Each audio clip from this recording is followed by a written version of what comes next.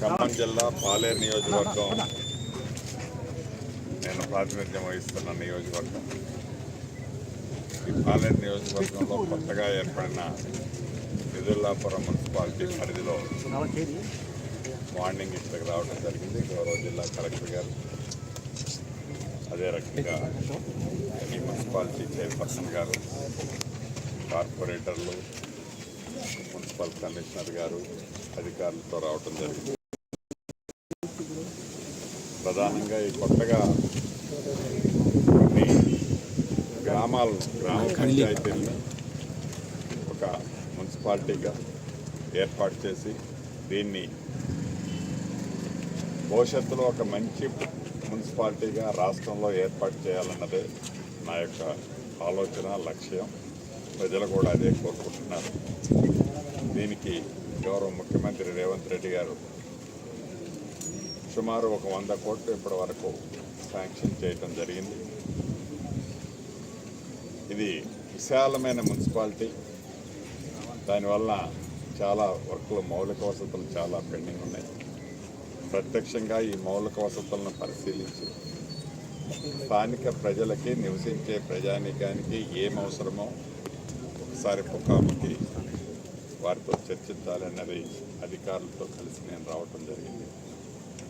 స్థానిక సమస్యలు వారు, ఎందుకంటే ఫ్లాట్ ఓనర్స్ ఎవరైతే ఉన్నారో ఇల్లు కట్టుకున్న వాళ్ళకి మంచిగానే ఉన్నది, కానీ ఇల్లు కట్టుకోని ప్రాంతంలో ఉన్న ఏరియాలో చెట్లు అంటే పనికిరాని తుమ్మ చెట్లు లాంటివి పెరగటమే కాకుండా అది లో లెవెల్లో ఉండటం వలన వాటర్ స్టాగ్నేట్ అయ్యి, ఆ స్టాగ్నేట్ అయిన కారణంగా ఆ పరిసర ప్రాంతాల్లో నివసించే, ఇళ్ళు కట్టుకొని నివసించే వారికి కొంచెం ఇబ్బందికరంగా ఉన్నమాట వాస్తవం.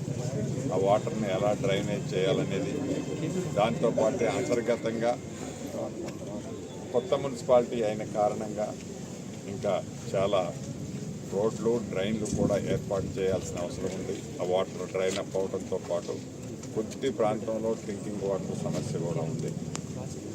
గతంలో ఈ ఎలక్ట్రికల్ లైన్స్ కూడా ఒక సిస్టమేటిక్గా లేని కారణంగా అక్కడక్కడ ఎలక్ట్రికల్కి సంబంధించిన యాక్సిడెంట్స్ కూడా జరుగుతున్నదని స్థానికులు చెప్పడం జరిగింది.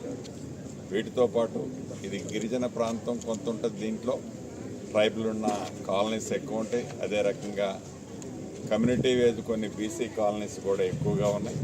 వాటికి ఇందిరమ్మ ఇళ్ళు లాంటి వారి ఆత్మగౌరవానికి చిహ్నంగా ఇందిరమ్మ ఇళ్లతో పాటు కొంతమంది హౌస్ సైడ్స్ కావాలని కూడా అడగడం జరుగుతుంది.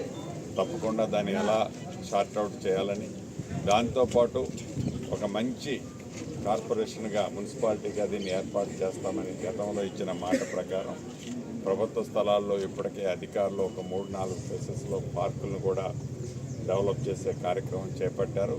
మోస్ట్లీ ఆ పార్క్స్ అన్నీ కూడా పరిశీలించాం. ఈ 31st అట్లా, ఈ ఆగస్టు 31st ఆల్మోస్ట్ అవి కంప్లీట్ కాబోతున్నాయి.